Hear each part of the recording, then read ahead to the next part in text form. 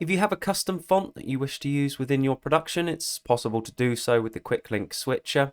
Firstly, you'll need to navigate to wherever you've downloaded your font. That'll probably be a zip file. And you can see I've already extracted the zip file here to this folder.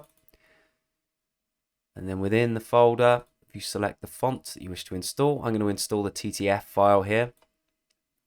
And once that's done, you head back to your switcher. If the switcher was already open, you may need to close it down and restart it again, otherwise it might not recognize the font. But as you can see, I've got some text here already. I've got text source in my scene. I'm going to head to the properties of that, go to select font. Now, if I go down to my new font, which was Sydney Signature, I believe. There we go. Click OK. OK that again. And we have changed the font of the text to a custom font within your production. Thank you for watching.